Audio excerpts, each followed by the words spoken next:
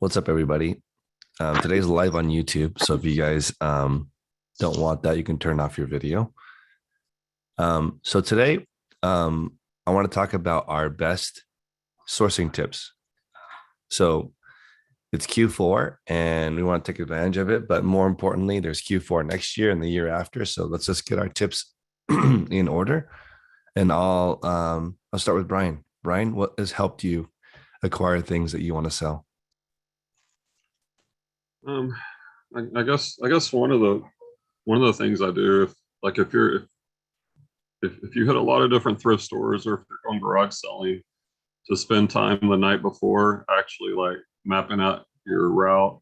Like I've used MapQuest as a route planner, and on the book club call, I think Vanessa said she uses Google Maps. But to take the time to plan your routes to be most efficient, to be able to hit as many as possible, really saves you time and allows you to be as efficient as possible. So that's one that I do. I love it. Yeah, planning your route, also looking at traffic patterns will help a lot. Make sure you're not driving during rush hour traffic. Let's go with Topher. Topher, good morning. What are you working on? What helps you source?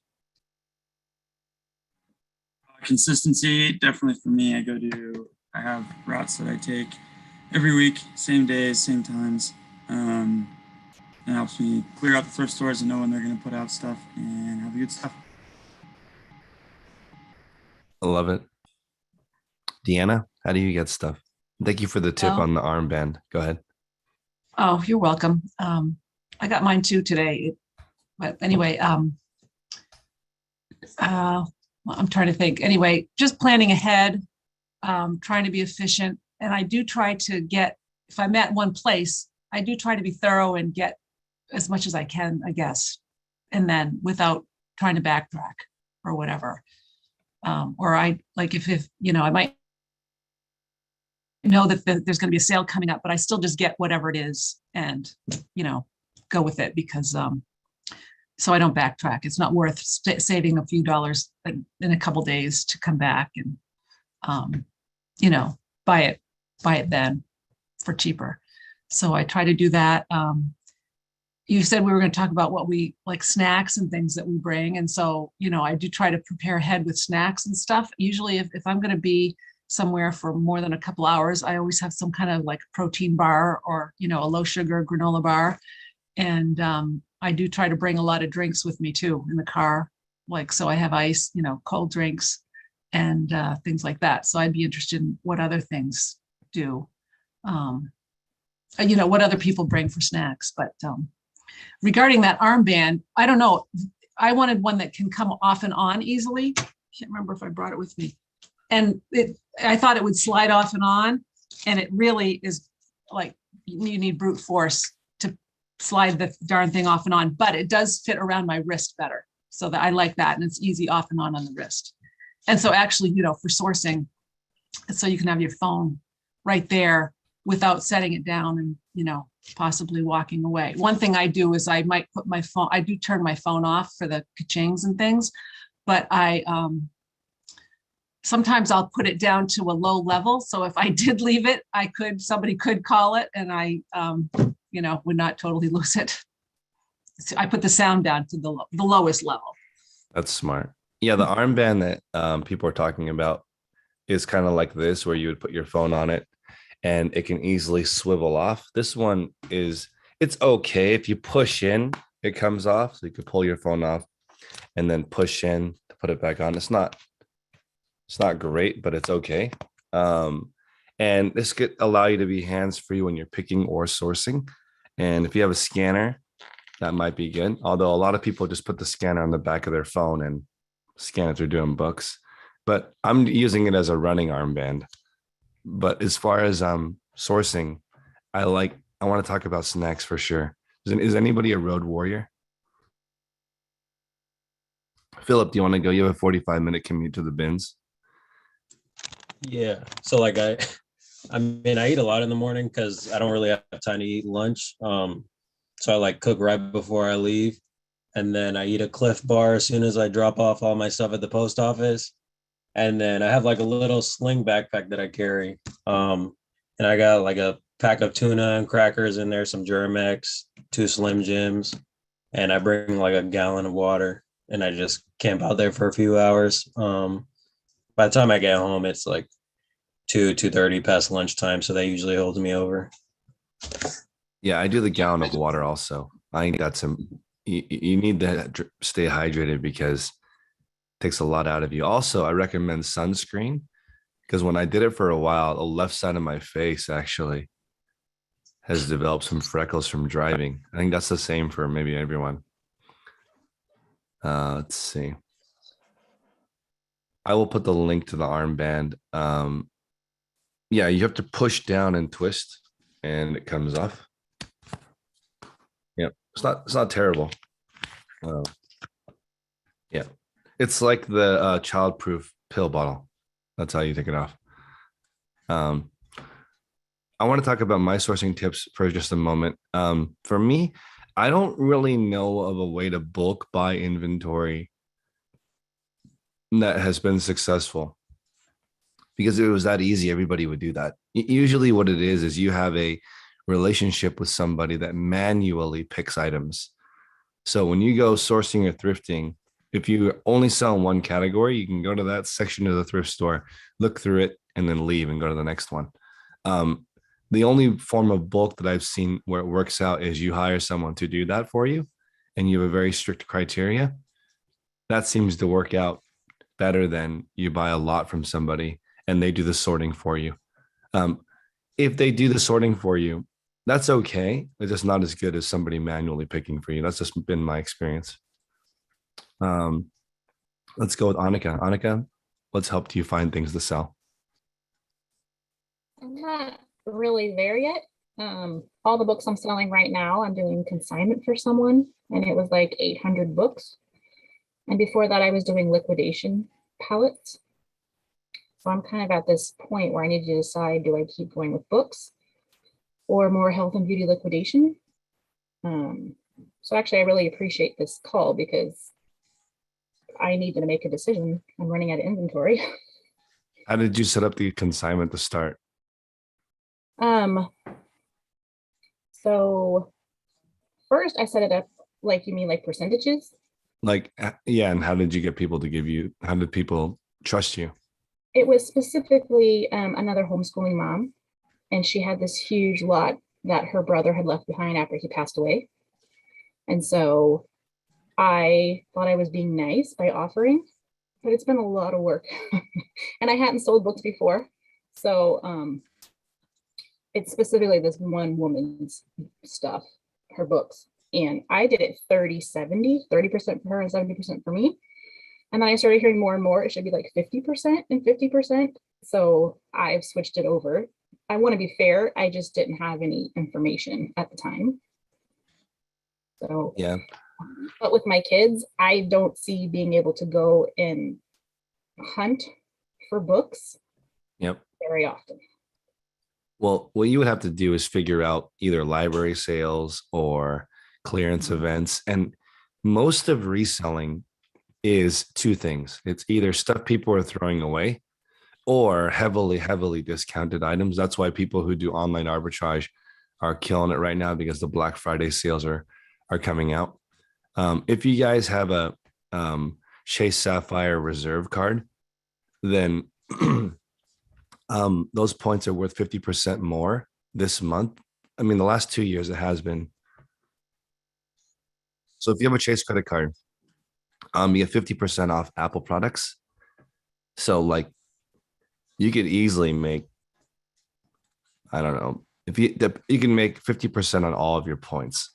So if you had 1,000 points, $1,000 worth of points, you can make $500 easily just by getting that Apple discount because people will buy Apple products at retail if you can just save them the tax. That's how popular Apple products are. So if you bought a laptop for $1,000, you could sell for $1,000 because somebody could forego the tax, especially if you meet them at the Apple store. I recommend if you're going to sell really high-end stuff, meet them at the store or the police station. Here locally, all the police stations have Craigslist offer up eBay meetup spots. So you go there and the police will watch you do the transaction if you want in the parking lot. So makes some people feel safer to do it that way. Also, be careful if you're on Facebook Marketplace and posting a lot of high-end stuff to not get robbed. Because if you post like you have a whole bunch of valuable stuff, people will meet up with you and rob you. So be careful to not do that. It was a little bit scary meeting up with people in person. Never meet those people at your house. Let's go with Spencer. Spencer, what's up? How do you source what works for you? Hey, good morning. So I guess a big tip that I would do, because I love to go to estate sales to buy clothing. It seems to they seem to have a lot of stuff that other people aren't looking for. So I always do research the night before, so I know when I get in there, I know exactly what I can pay for each item. Obviously, there's some stuff that wasn't pictured, but it makes it much quicker, and I can get out of there and get everything I want. Do you go on the first day, last day? Usually first day, so I can, because I want like the better stuff, and that stuff usually sells. But I've also made relationships with the people who run the estate sales, and they half the time they call me at the end, and I get at the end also. Yep, first day, last day is always the best somehow. Yeah. Yep. Just do both. Right on. Yeah, I've Hey, done. Chris, Go ahead. it's Victoria. I have an estate sale where I go, and they have the pre-sale for people on their Facebook group, like on Thursday. And then I go back, if I like the stuff, I go back on Sunday where everything is half off. And then I stick around towards the end because they let you make bids on stuff for real cheap. Mhm. That's what I like to do. That's smart. I also recommend if you network with real estate professionals, sometimes when they do house cleanouts, you can do the estate sale yourself. I've done that a couple times now. If that's what I wanted to do, that would be the best way to do it. Go straight to the horse's mouth. I don't know what that term means, but it sounds like it would fit there. If you go to the realtor right when somebody is liquidating or they're having an estate sale or selling their home, you can do the estate sale yourself. And I've done that 2 times now where I bought the whole house and they were very fun. That's not my thing, no. But you would get literally everything if you wanted to go that route. You get somebody's entire life of stuff.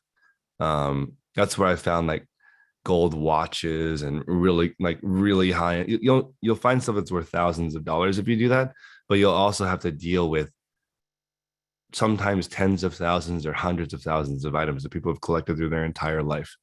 I don't know if it was worth it. I did one lady, her grandpa was moving because grandma just passed, and he said, take everything except for the treadmill, especially the pictures of the family, because he was like, I don't know what happened, but he was very salty about whatever happened with the estate. So he wanted all of it gone. So I had to just get all of it out in a week. And that's where I found all those watches. I paid $200 for the entire house. But I had to pay for the disposal, which cost me $900 for one of those. Go ahead. I was thinking of doing that, but I was thinking before that I want to find other resellers, like somebody that does furniture, so I don't have to deal with the stuff I don't want, but I feel that's easier said than done to find other people that you can work with.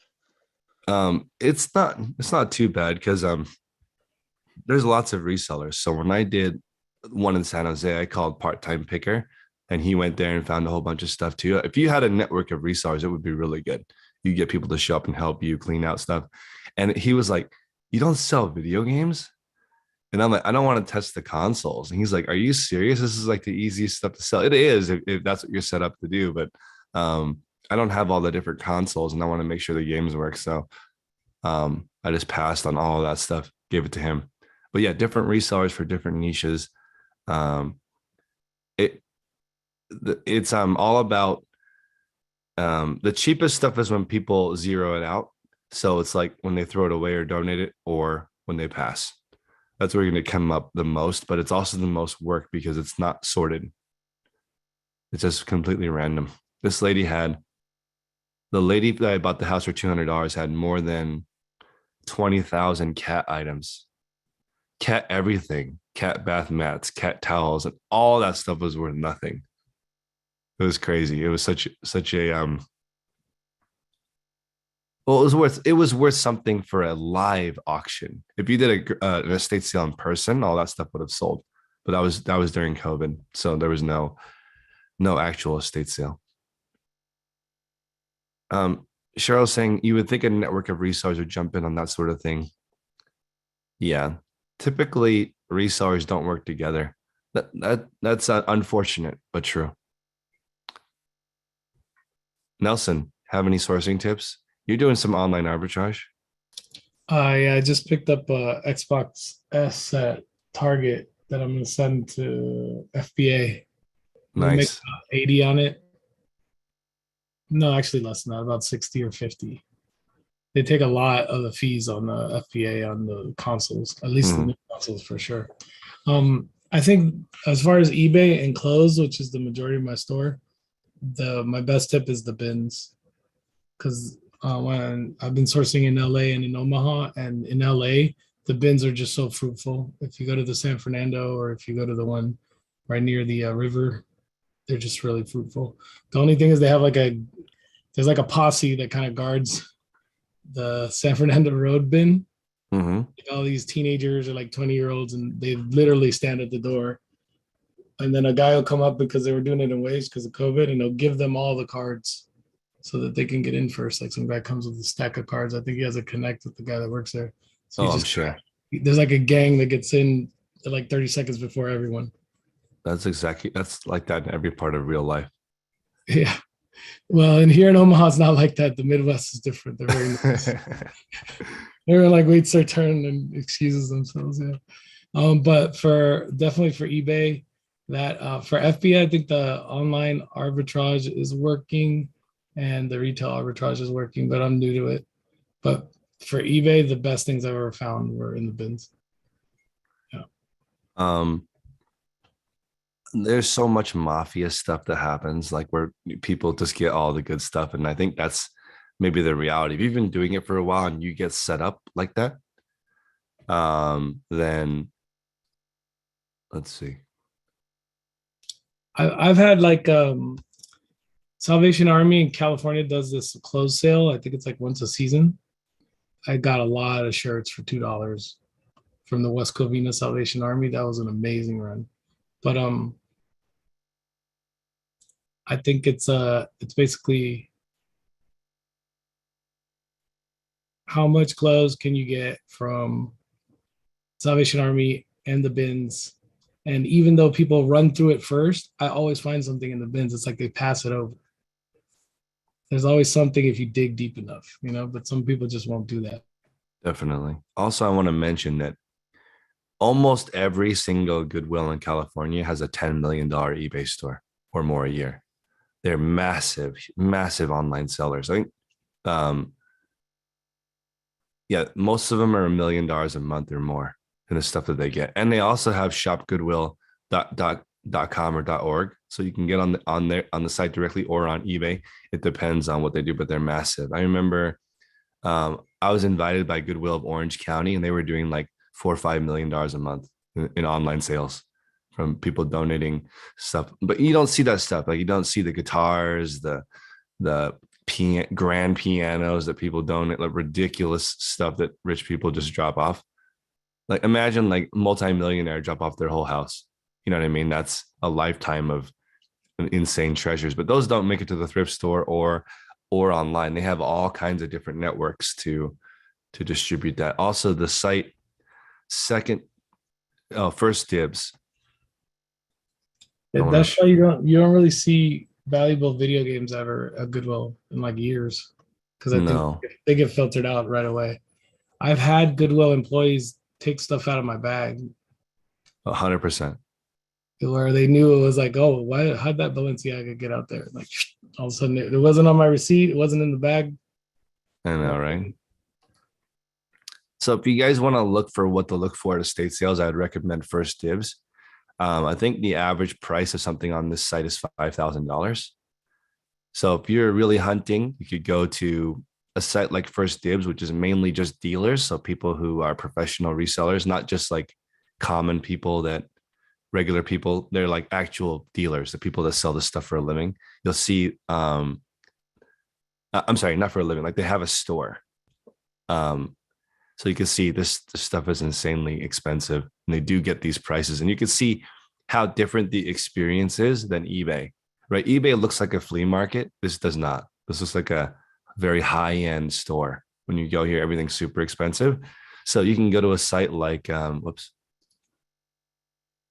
Can I throw something in about estate sales, Chris? Go ahead. I do a lot of estate sales. I would say at least 60% of my inventory comes from estate sales. And as a real estate professional, you'd think that that would help me. That isn't really, for me, that isn't what has worked. What has worked is making personal relationships with the owners of the estate sale companies. I literally got a call late Friday night at 11:15 from the owner of a really big estate company who does primarily Scottsdale and Cave Creek, saying, "Can you come over tomorrow morning at 8? We're starting the estate sale at 10. And if you can come over at 8, I can give you first dibs." And I was the only clothing reseller there. There was people for every category. So I ended up getting some awesome handbags and a ton of Eileen Fisher clothing, which I wasn't really expecting to pick up, but it was because she called me. That's a great tip. That's sourcing 2.0 right there. When they call you and you come pick it up. Yeah. Make friends. It's not hard. We're all really nice people. Does anyone use estatesale.net? Every day, all day. Okay, yeah, that's what I've used. I love it. Let's see. And don't be afraid to bid on items as long as they will mail. For instance, I ordered 2 Dooney Burke handbags from an estate sale in North Carolina from estatesale.net. That's how I found it. I had to go to a different site to actually buy it, but they mailed it to me. The postage wasn't that bad, and I'm still going to come out ahead once I sell the bags. Let's see. Any other tips as a real estate professional, Jen?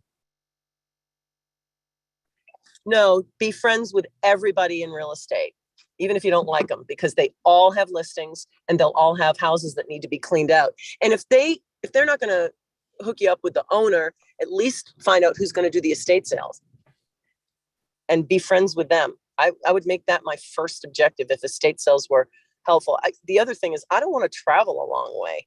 I had to travel an hour to go to Cave Creek, and I only did it because I knew I was going to get really good handbags.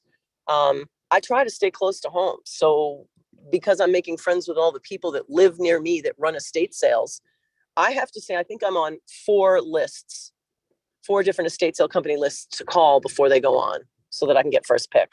And that's not a lot. I'd like to have a dozen. I love it. Yeah, if you have people calling you, it's totally different. And when you become a big seller, that's what happens. So it's kind of unfair because the bigger your store is, the more people approach you. And when you're small, nobody cares about you. They will never call you because you can't even move the stuff that they have anyway.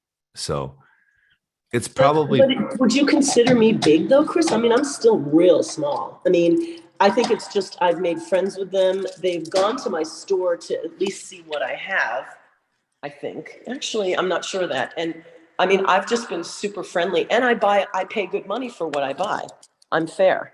That's the other thing, is that they trust me to be fair in what I offer. Yeah, if you have the money and you're reliable, then they'll always call you first. But if they call one time and you don't have money, then they'll stop calling. It's just like dating, right? You gotta make sure you're flush. Let's see here.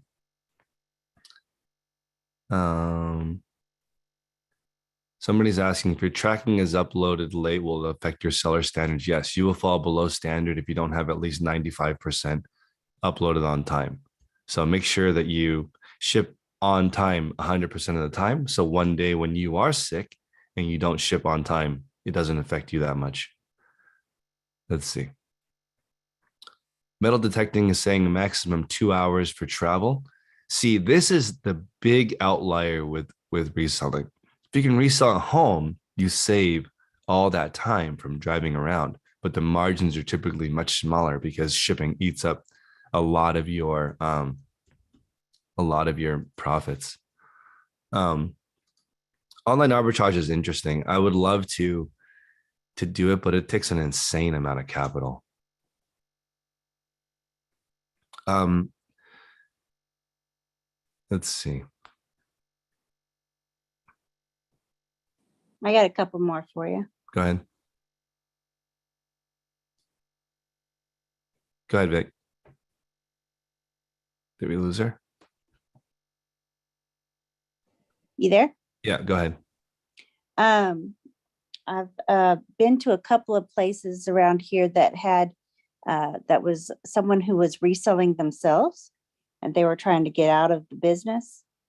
So that was a really good pickup. And I've got a couple of people on Facebook Marketplace that are just trying to unload stuff for free. And then I was at a garage sale the other day, and they were telling us about how this one place in town contacted them and offered to pick up all their stuff after they were done, so they didn't have to clean up. That's smart. Yeah. Oh, that's where you're arbitraging. I forget what that's called, but it's convenient for them that you're helping them clean up. So you're trading that for the goods, which is fantastic. You're trading things of unequal value. So you're saving them convenience that they'll hook you up. When I sold shoes, I had that a lot because when people dump off 100 pairs for donation, the staff doesn't really want to deal with it. They got to clean them. The Goodwills where I live, they remove the insoles because of sanitary issues, which makes them worth less. So you try to get to it before they remove the insoles. And it's challenging. Simple Steve is talking about driving 2 hours just to start on his route. That makes total sense. But I think everyone who resells, your time's worth at least $50 an hour. So if you drive 2 hours each way, that's $200 in your time. So you've got to really crush it when you get to your spot. So that's really motivating. Plenty of people do one day, drive 3 hours each way. All the sourcing happens on one day. That's very common. 1 or 2 days, all day sourcing, then list and ship the rest of the week. Linda says church sales are good because good items get donated and usually price low. I agree. Church sales, neighborhood garage sales, those are all fantastic, especially the ones in your own neighborhood where you know everyone. Those are great. Paul's asking about the basics of hiring someone. We're going to do that tomorrow. So tomorrow, if you want to talk, if you guys have questions on how to hire somebody, let's go over it tomorrow. Luke is asking if people advertise on Facebook Marketplace or Gumtree. I would. I would put out a series of want ads if you sell specific items. Hey, I'm looking for this. I've been on Nextdoor sometimes looking, and I deleted my Nextdoor app because it was so negative, but because it's like 99% people posting them getting robbed. So I'm over that. But you can post in there, I'm looking for X. And I can't believe this. This guy posted, I'm looking for a laptop. Can somebody give me a brand new laptop? And somebody did. I can't, but I can't imagine asking for that. Let's when we used to do the Angel Tree donation where you sponsor a kid and kids would be like, well, all I want is like a brand new PlayStation and Xbox and skateboard. That's all I want for Christmas. And it's like, wow, that's it. So anyway, it's amazing looking at how much free stuff you can get if you just ask. Like our baby stroller was stolen a few days ago. We bought a used 2016 Up a Baby. We posted that and somebody gave us a 2018 for free. So if you just post what you need, people will hook you up. So that's interesting that even exists. Also, if you have had a baby before, we have come out ahead on baby stuff. There's so much baby stuff for free. So if you join any of these Facebook groups, it's so mind blowing how much stuff people give away. And if you are a reseller, make sure you pick the ones that people are okay with that. Don't resell stuff from the buy nothing groups. I think that's bad juju. But if you get stuff that people are giving away for free and resell that, I'm okay with that. But the intentionally buy nothing groups, you probably should just trade or use those goods. But it's ridiculous how awesome that is. The group that my wife is in is called Main Street Mamas. They probably have that in every city. So it's all working moms. Um, that one's crazy because, like, I would say 90% of the women in that group make six figures or more. So the stuff they talk about is insane. Like how to really organize your time so you can work and do the baby, because that's becoming more and more common, the dual income household. Yeah.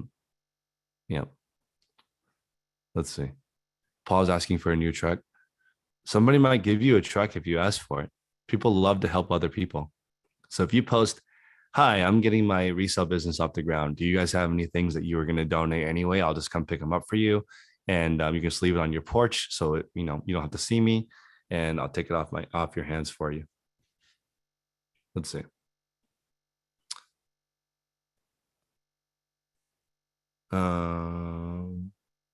Daymaster drives cross country and hits up every single thrift, Goodwill, and pawn shop along the way. That is awesome. That would be really fun. If I decide to go that route one day, like if I decide I want to be a YouTuber instead of a reseller, and I drive across, I would want to resell shop here. What I would do is I would source as my, out, and then I would ship it back to my store for them to process. And I would try to focus on things that cost $50 or more. That way I could afford to pay them.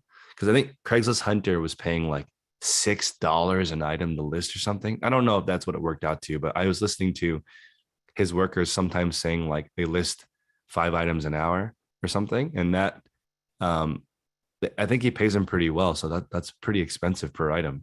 A lot of those items require research. And if I was going to do the cross country thing, I would focus on really high end stuff. I would have a really, really expensive small store. That's how I would do it. If I was in a Sprinter and I had all my goods with me, I would do clothing, because you can find clothing in every city. Let's see, books and media. Oh yeah, I think those donation bins are like $600, or you can build your own for $300. I don't know anybody that has experience with those. Like if you had 20 or 30 or 40 of them. There's also that TikTok or Instagram story where people have figured out how to get in them. So they put themselves in the donation door, and they can steal all the donations out of it. It's like, come on. But people are very creative, and they figured out how to get into those donation bins. So if you're going to make one, make sure the door is small. Let's see.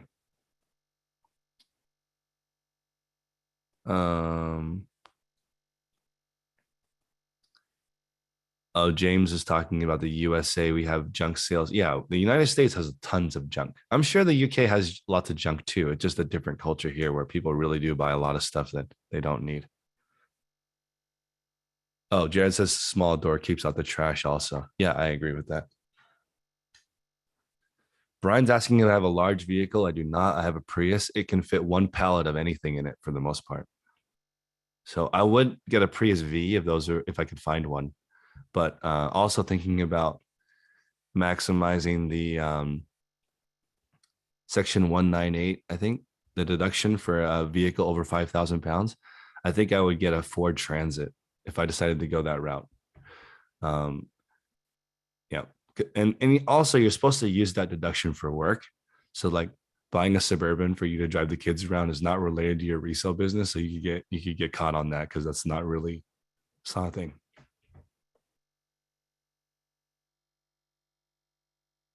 Jeff, do you want to talk about how you source? You buy pallets. Hopefully he can chat. Yeah, I can chat. What's up? Every morning at like 6:30, I get an email blast from some suppliers that sell Kohl's returns, like the jeans I bought. They're actually pretty good. I have less than 10 pairs that are junk out of one pallet, so that's pretty good. And I got bought 900 total pairs. Most are Levi's. That's great. And I keep an eye every morning. I look for the denim. As soon as it comes out, I look right at it, and if there's a denim, I'll buy it. I don't even question it. That's awesome. Yeah, jeans is a great category. Be careful, everyone's selling jeans that it's $7.91 for a flat rate envelope if you can fit it in there. $7.91 if you're top rated, and that is a lot of money. So just be careful when you're selling jeans because they're almost always priority if they're men's or bigger sizes, and it's a lot. So just make sure, because if you have a return, you're paying that both ways, and jeans have a lot of returns.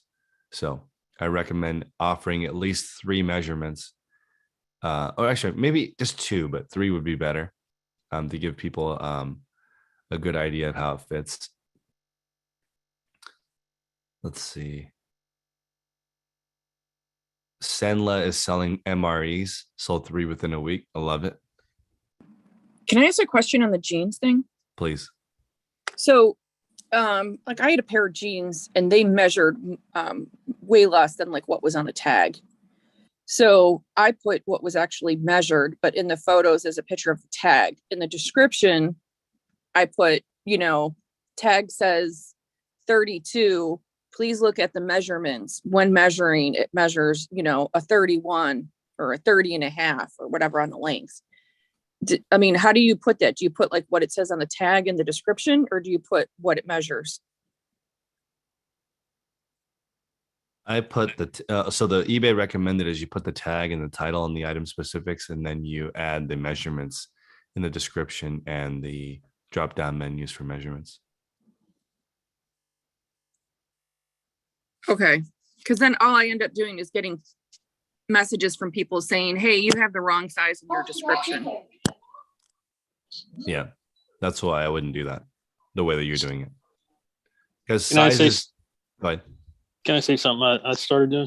I put in the description, I put the tag first. I'll put the tag measurement, and then I'll put next to it, I'll put actual measured, and I'll put that in there. That way I try to make it where they can't miss it.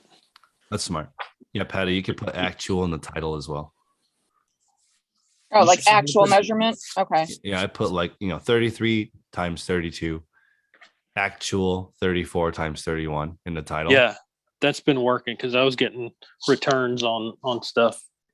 Seemed like a lot, and then they've calmed down a lot since I started doing that. Yeah, I love the jean category because it's really hard. 90% of people can't sell jeans or pants because it's so hard. There's so many measurements, there's so many returns, they're so heavy to ship. So if you don't know what you're doing, you're going to get destroyed in pants and jeans. And also, Brian was asking what people are paying per price on jeans. Between $1 and $12 is what I've seen for jeans. Actually, you can get women's jeans for 50 cents a pair, but a lot of those aren't even worth 50 cents. Women's jeans is really challenging because if it's the wrong style and cut, it can take much longer to sell. Also, trends shift so quickly. Got to be careful to pay attention. I'm a big fan of the jeans if you know what to do. I believe Levi's and people like and other companies are pulling out of like TJ Maxx and Ross and stuff like that because of inventory issues.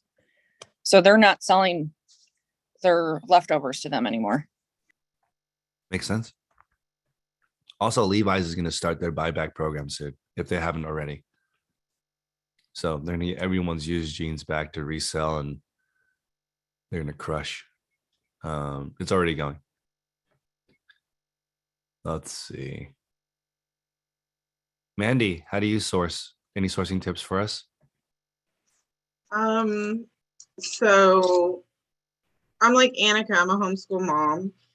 And before, when they used to go to preschool, like actual preschool, I was real consistent. I would drop them off. I would go to the bins. I made friends with a lot of the regulars, so that was nice. So they would find stuff for me. I'd find stuff for them. So it was like a good partnership. But since moving to homeschool, sorry, my daughter's using the pencil sharpener. I don't have time to source. So I source 100% online. I do bulk auctions.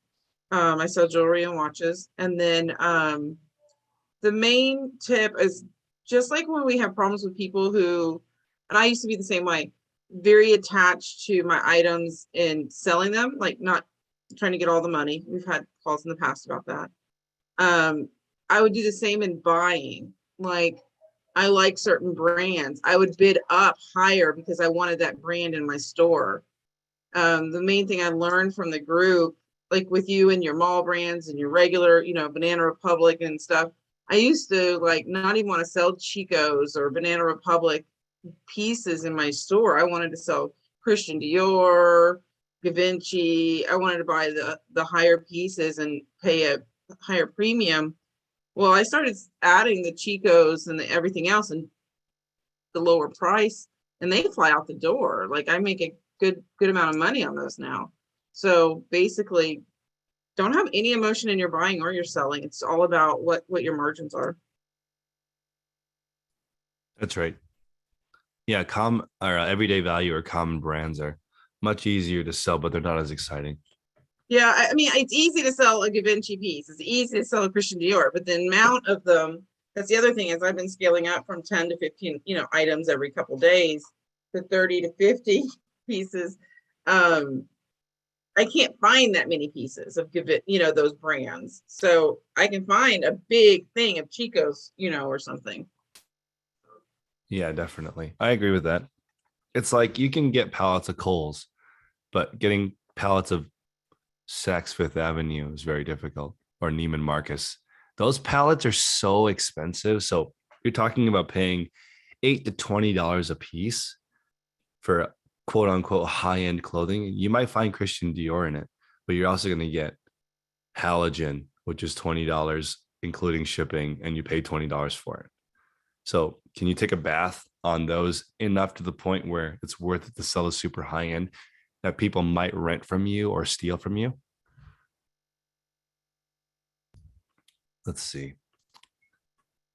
Can I give a little tip? Please. A little tip for okay. I like the thrifting model. I like hand picking my own stuff because for a couple reasons that you have talked about in the past is that you learn your category. You learn what sells and what doesn't because I'm picking it, I'm buying it, I'm putting it in the store, I'm shipping it. So then when I make a note when I'm shipping, okay, what's selling. The other thing is that I can control what I buy and what I don't. Especially just getting started in clothing. I think it's important not to do pallets because you're trying to learn the whole category and then you add multiple categories as far as like men's stuff, women's stuff. I mean, just all kinds of stuff. So I started out on just pants, like men's pants, and then I was like, okay, I'm going to stick to this. And then I started doing shorts in the summertime and t-shirts, and it's been a good way to learn it. The other thing that it does is that it teaches you which thrift stores are good and profitable and which ones are not. So I have a couple thrift stores where, Salvation Army's half off day. I go every time. I have two specific ones I go to. And then there's another local one that I go to that they're just so good and so cheap, but they don't even have to have a half off day, but they have some additional discounts that I take advantage of too. So I know that I can source actually more than what I'm capable of listing right now, but it's good to have that, to know that if I, once I do scale up to say, 150 items a week, I know where to get them. And then if I scale up past that, I'll start going out farther and looking at more thrift stores. But I like that model, especially if you're in clothing, because to me, clothing is something you have to really know specifically, like what you're getting and what you're listing and how to list that item. You can't just go willy-nilly into clothing. Like electronics, you can buy stuff that, hey, that's kind of cool, and you can list it and it's going to sell. But clothing's not like that for anybody who's getting started in clothing. This is fantastic. Okay. Thank you, Paul, for bringing up all those good points, because there's a couple of really good things I want to mention there. If you are solo and you want to do this alone and you have no intention of hiring people and you want to do, you also love shopping and you want to buy cool stuff, then I recommend the 100 item a week model. It's 15 a day. That's spending like 1, 2, or 3 days shopping all day to find the best 100 items. Focus on $20 profit items or more, because if you can do that, then you can discount those items and they'll move. If you need the money, you can always sell them, cheap sell them and get rid of them. But if you sell them the lower, under $30, if you discount them, then they'll move faster because you just have to wait for enough people to see it. So 100 times $20 is the 6-figure model. I recommend that for people who love hunting. But for people who don't love hunting, I don't recommend that model because it's a lot of shopping. You're going to be in your car 60, 70% of the time. Daniel mentioned in the chat that if you are listing only 10 to 15 a day, it's much better suited towards hand picking things. I agree with that. 10 to 15 a day, pick every single item, $20 plus. You'll make $50,000, $75,000, $100,000 a year, call it a day. You have a really small inventory, less space, and it's more quote unquote fun. But you will run out of time. Making over 100,000 is very difficult because there's only so many hours in the day.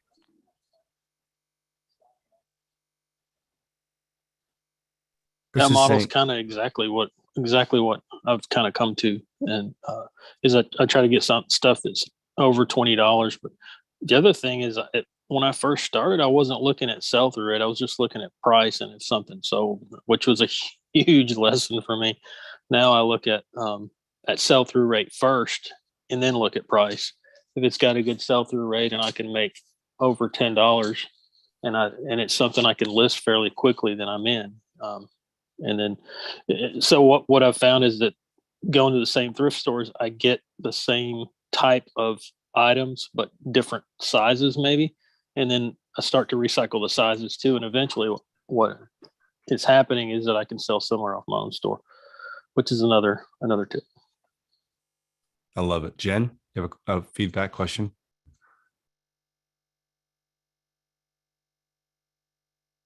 I'm not sure she has her hand up, but maybe she is good. Christine, do you want to chime in? Do you have some tips on how to find good stuff?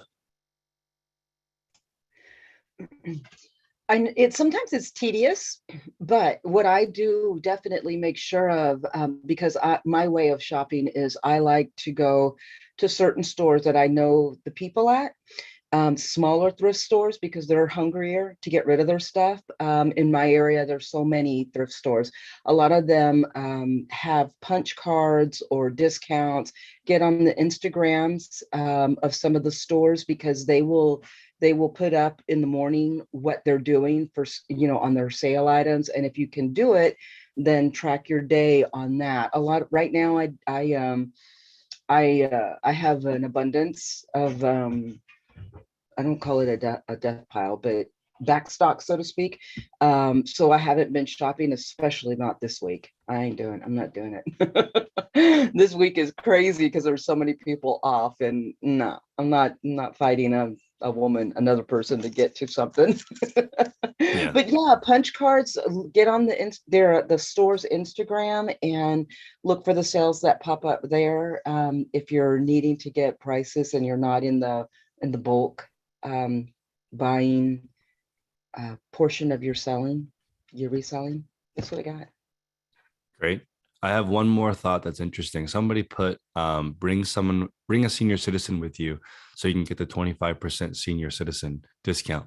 I've seen it even further because first off, I don't know if you guys know this, but more than half of Uber drivers are over the age of 51. Okay, so millennials talk about driving Uber, but a lot of seniors drive Uber, and a quarter of Uber drivers are over 60 years old. So that being said, right? I know a reseller that has a senior citizen vet drive him to the thrift stores and on his route, and he gets the senior citizen discount or the military discount. So one or the other, right? Usually you can't stack it, and he lets the vet senior keep the discount. So I don't know how it works out, but like he's like, I'm gonna buy this stuff anyway. You might as well keep the discount and get paid along the way, better than driving Uber.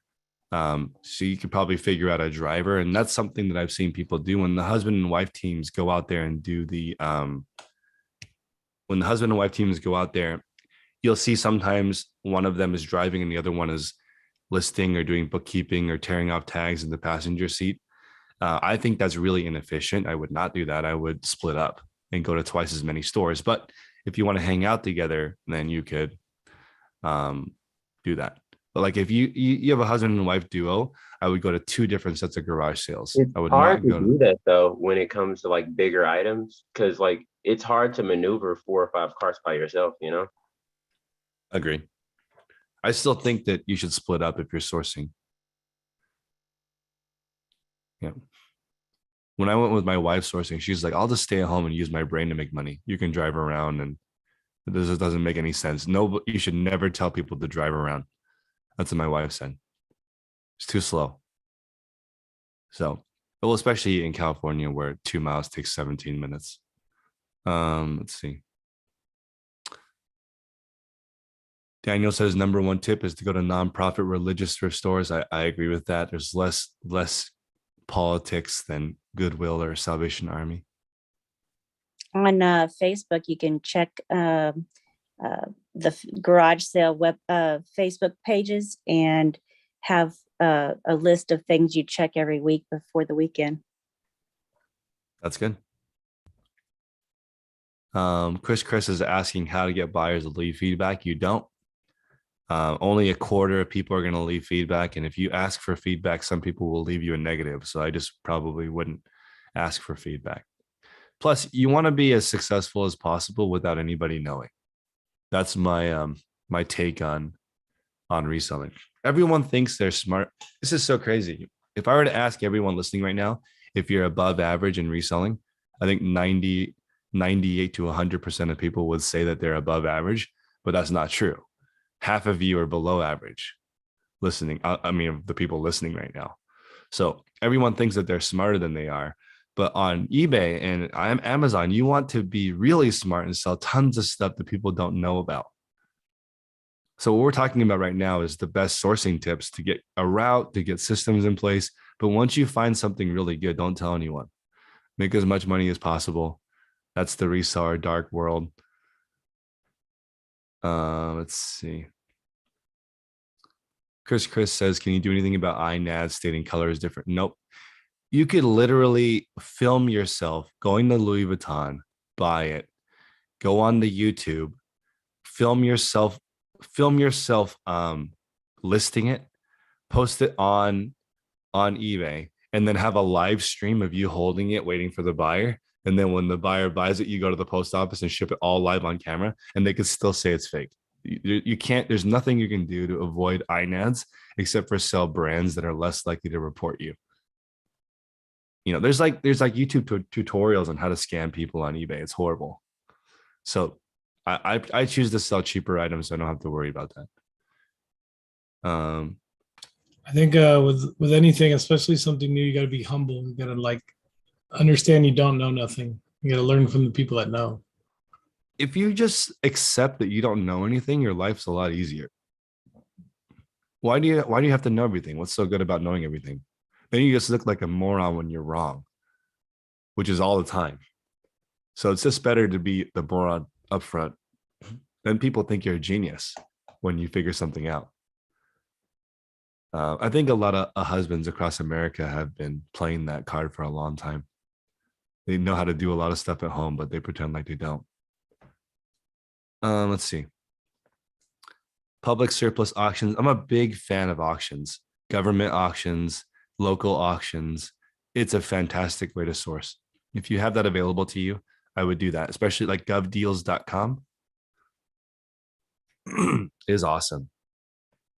When I was thinking about van life for a brief moment, and I looked online, and a long time ago, I posted a video of this white van. It came from govdeals.com, and you could flip those government vans really easily. They're on sale for between $500 and $1,500 usually, at least in my area, and they sell for $3 to $5K. there's a lot of work in selling cars, but you would make $1,000 each time if you put the time in, you knew how to do basic fixes on cars, you did the basic detailing, because the number one thing that makes a car sell is the exterior condition and what it sounds like when you're driving it. So if you buy a car, you make it run smooth, do some basic exterior detailing, you can make $1,000 a car, even on cheap $500,000 cars. And I would go for the government deals because they have tons of cars. Jeff says you need a dealer license over 4 to 5. Here in California, it's 9. You can sell 9 cars without a dealer's license. So it depends on where you are.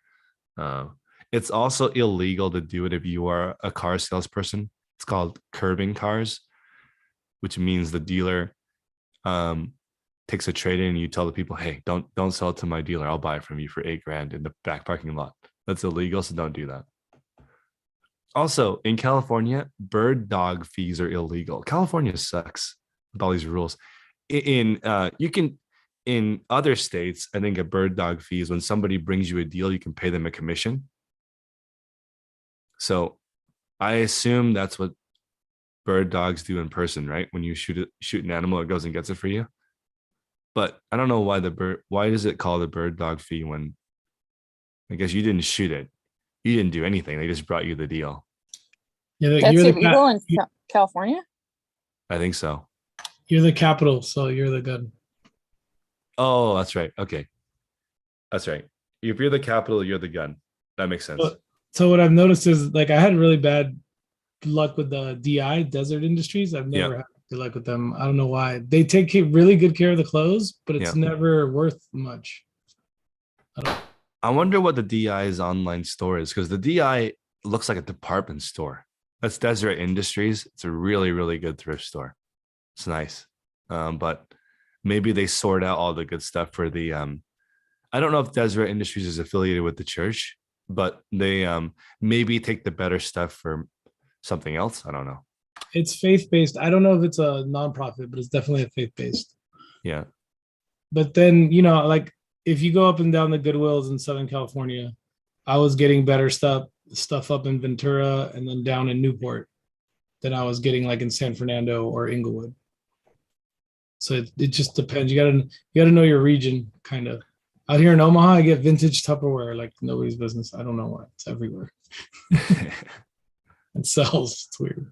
I wonder, do you guys think that are the thrift stores better in poor neighborhoods or richer neighborhoods? And this is a serious question because sometimes the richer neighborhoods have more filtering. Like the Goodwills go through the stuff with a finer comb. So they're really picking the good stuff out. And in the lesser, lower budget thrift stores, they can't do that. And that's why the church thrift stores are generally better, because they don't have the staff to sort and peel out all the good stuff. Chris, I have not found that in Arizona. I've tried going up to the Scottsdale, which is a very lucrative community, and I have not found much up there. I mean, occasionally I'll find a high-end designer, but I do much, much better in some of the middle class neighborhoods where the Goodwills are. I mean, I'm not even sure about like lower income areas, whether or not those Goodwills make any difference. I mean, I've gone to a couple and I've just found some diamonds. So I don't think that that's the case. Yeah, I find that people are saying richer neighborhoods are better. I think richer neighborhoods are better, certainly for garage sales. But for thrift stores, I think maybe hit all of them. I see those videos on YouTube. I went to 20 thrift stores in one day, but then how come the video is like not about what they found? It's like they didn't really find anything, but they went to 20. So that worries me about doing the 20 thrift store route. But I think I would find stuff. I'm going to do more of that soon.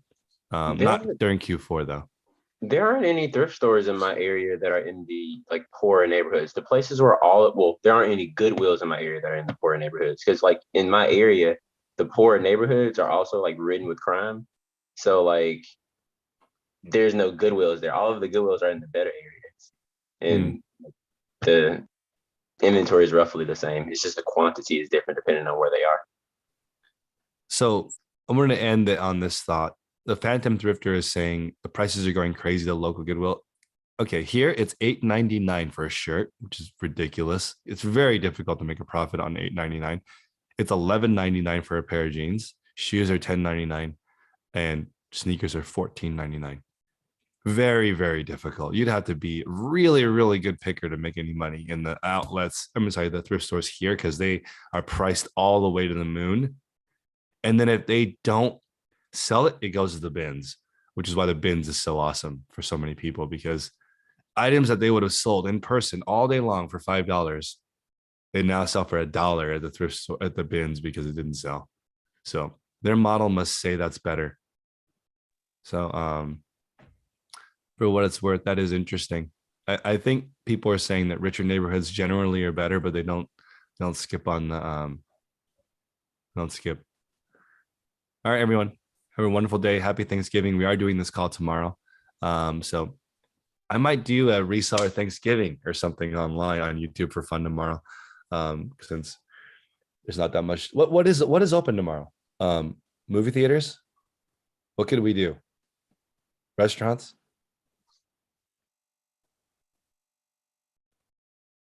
Wow, Tommy Bahama for $25 used at your Goodwill. That's brutal. All right, everyone. Have a wonderful day. Take care. Happy holidays.